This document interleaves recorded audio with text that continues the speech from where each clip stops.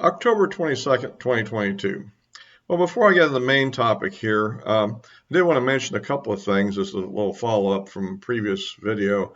It looks like the trends on the election are still continuing to go in a pretty good direction for the Republicans. The real clear politics average of generic ballot is up to 3.1%, I think, as of today. And in general, it looks like most of the races are trending positive. There are a few worrisome things. There was a poll in Iowa that looks a little not as favorable for Grassley as possible, but I wonder if that's maybe an error. It is a plus or minus 4% poll, so we'll see on that. But I just thought I'd mention that as the opening here. But mainly I want to get into the situation with respect to the Russian-Ukraine war, which is the main topic. One thing, I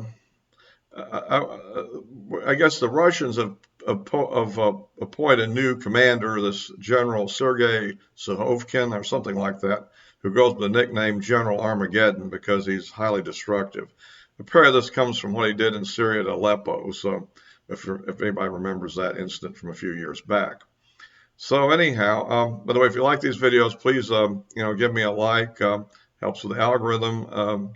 And if you're subscribed, you can also click the bell for notifications and so forth. So anyway, yeah, he's apparently a really brutal person. And as soon as he took over, I guess it was this massive bombardment of civilian infrastructure in Ukraine. A lot of targeting of power plants, water supplies, and so forth.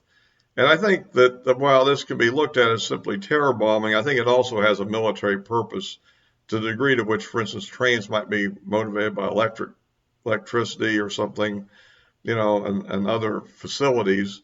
If the power is not available, that can, reduce people's productivity and ability to transport things around. So that may be part of what's going on there too. And also this was a bit of a reprisal for the attack on the bridge, of course, to Crimea. But what's brewing more is in the south. Of course, the Ukrainian offensive is continuing, although I think maybe the rate at which it's progressing is being a little overstated in the Western media, but it is proceeding. And there's all kinds of rumors going on that this General Armageddon guy, he made some kind of a commentary where he was suggesting that the Ukrainians were going to engage in some tactics that were unacceptable in warfare, suggesting that they were going, claiming they were going to attack this Kakhovka Dam on the Dnieper River with I suppose, with HIMARS missiles and trying to destroy it and create a flood. But then the next period, of course, Zelensky's come back and said, no, Russia has planned explosives on the dam and is prepared to blow it up themselves. So, I don't know, the dam looks like it's got a couple of enemies right now, huh? But at any rate, there's a kind of a question mark on that. There are rumors to the effect that the Russians are pulling heavy equipment across because there's been a lot of Ukrainian bombardments of various bridges, but there's a bridge across the dam, so I guess that one has to be left intact if you're not going to blow up the thing, although it is a choke point, so it could still be vulnerable to artillery attacks and so forth, of course. But anyhow, there's that rumor that there are Russian troops that are obviously engaged in some kind of a rearguard action. There's a martial law, of course, was declared, which allows the military to directly control everything in the area. And it appears like they're trying to evacuate, I guess, Russian ethnic people from Kherson, I guess. The question of who all is going to be evacuated and why, but that appears to be what's underway. So there is some discussion that the area there is just too difficult for Russia to hold, and they'll have to pull back somewhat. And it's unclear because obviously they obviously want to defend Crimea, but then again, going to Crimea, it would be another issue where there'd be a big choke point for the Ukrainians to cross there, so that might still be defensible. And I don't know, they may not pull back so far as to let them have access to the roads, the the area to get to Crimea either. They may want to form a shorter defense line, but it might be to the to the east of Kherson, east, not west. But the other thought is that when they do pull back, that they will blow the dam, and there'll be a massive flood of water coming, through there, and will flood out the whole area, including something like 80 villages. It might make it harder for Ukrainian troops to pursue the Russians and give them a better defense line. So that's kind of what's afoot there. But the other more interesting development even is what's going on in the north, this ongoing accumulation of Russian troops going into Belarus, to the north of Ukraine.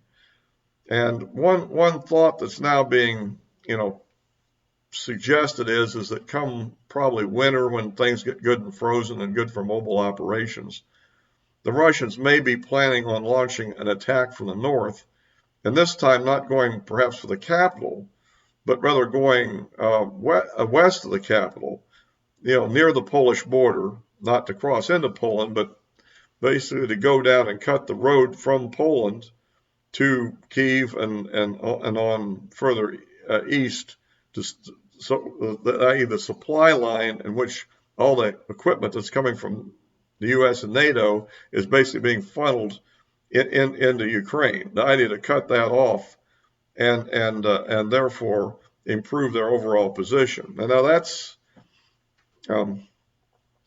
it's unclear whether they really are going to do that. But since the bulk of Ukrainian forces have been deployed into the east and the south as part of their ongoing offensives, a surprise move in the west might catch the Ukrainians without adequate defenses and give them the Russians a better chance to advance. So this is the real risk that's out there.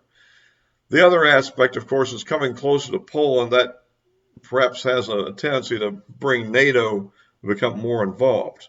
And so that's the other side of this thing, what risk there is of further escalation if they do this. Because up to now, we've pretty much had a free ride on sending equipment into Ukraine. And of course, this equipment has been critical to the offensive operations that we've been witnessing in recent weeks. So anyway, that's just kind of the way this whole thing is developing, but we'll have to keep an eye on that. All this suggests to me that the nuclear issue is probably less likely to occur in the near term, because it looks like the Russians have figured out a different strategy. And we still have to wait and see what's happening with this mobilization of 300,000 individual reservists, which again, they're not really part of an organized force directly. They have to be put into units and so forth. Apparently, some of them have been used as replacements for the casualties, and the various Russian units are deployed in various parts of this ongoing conflict. However, I think another thing that we'd have to look at is, and it's unclear exactly how much of the Russian ground forces are actually in Ukraine at the present time. One version of the world, which you kind of get from the Western media, is that basically Russia's kind of spent and have completed.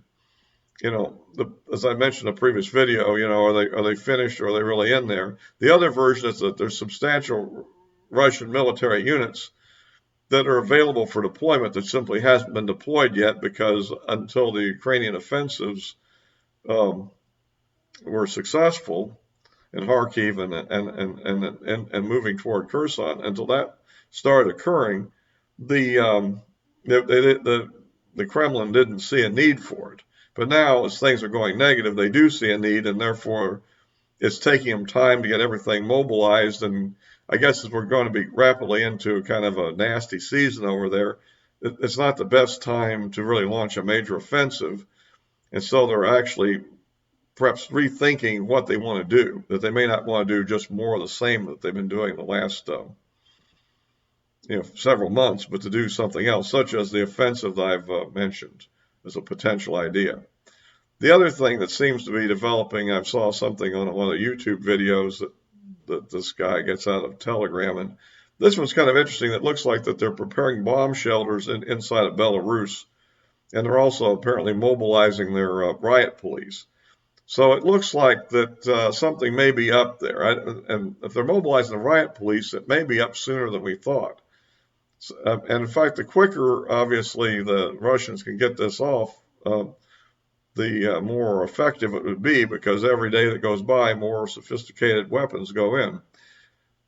And of course, that, I guess, gives us the incentive to try to speed up the deployment as well. And of course, so that's kind of the status of this conflict as I see it right now. We'll just have to wait and see what the developments are.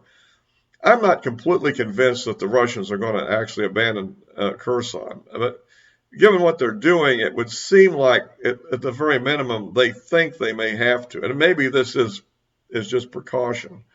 In other words, precautionary. If they think there's a possibility they're going to lose, but they're not sure yet, but they know they'll have very limited. This could develop rather quickly if things were to go wrong for them. They may be maybe evacuating people that they want to get out of there ahead of time. And there may be other reasons to do so. For instance, maybe they want to make a stand in the city and let it be blown to pieces. That's another possibility. After all, this new commander is called General Armageddon, and he has a tendency to do these things, such as he did in Syria. So it seems like he's a really nasty guy from what I hear, too. So. Although weirdly enough, he in a video I saw where they were interpreting what he was saying, he was actually sounding somewhat more reasonable than most of what you hear from the Russians, which is kind of surprising considering he's supposed to be well, we don't know what's going on. Everything over there is deception. A lot of it's manipulation. Certainly, in fact, I think both sides are very good at manipulation. And so it leaves us a bit in the dark. But anyway, I just thought I'd bring you up to date on what I think about that situation. And of course, the real issue to me, again, is, where do we bring this to a stop? I mean, we've saved Ukraine from conquest at the moment. And if things like what I'm discussing are about to happen, maybe it would be smart, rather than being, obstinate, to actually pursue some of those diplomatic tracks that are being offered to see if we can come to an agreement. Because even if they can pull off a temporary offensive, there's going to be counter moves, and it would seem like the Russians would like to get out of the jam they've got themselves in. I mean, after all, this didn't turn out the way they thought it would be when they launched this war. So it would seem to me like that ending it would be in their interest. And I think it's in our interest too, because you never know what might happen next. I mean, there's a incident not too long ago, apparently it has been announced that the Russian Su-27 was flying near one of the EC-135s, I think, by the Britain, and a missile was released. Now, I don't know that released, dropped. They don't usually drop. They usually are fired off of a rail and go forward. So I don't know what the situation was. Was this an attempt to shoot down this rather vulnerable aircraft? I mean, this is like a commercial airliner. It's a converted version of a Boeing airliner, really, as far as the airframe. So it should be easy for an Su-27 to shoot it down, or did they just shoot off a missile in a general direction, just as a kind of a warning shot, and maybe to make people think that they tried to shoot it down, but the missile malfunctioned? But at any rate, that could bring a much more direct conflict with NATO if an incident like that had really occurred. So there's a lot of dangers, and the more we drag this thing out, and so I think diplomacy at this point, while we're on the winning side at the moment, might be a good idea. At any rate, I'll be bringing this to close now. I'll post this on Rumble as always, and of course, you can follow me on Twitter and several other social medias that are the handles are below in the description. And I'll wrap this up for now.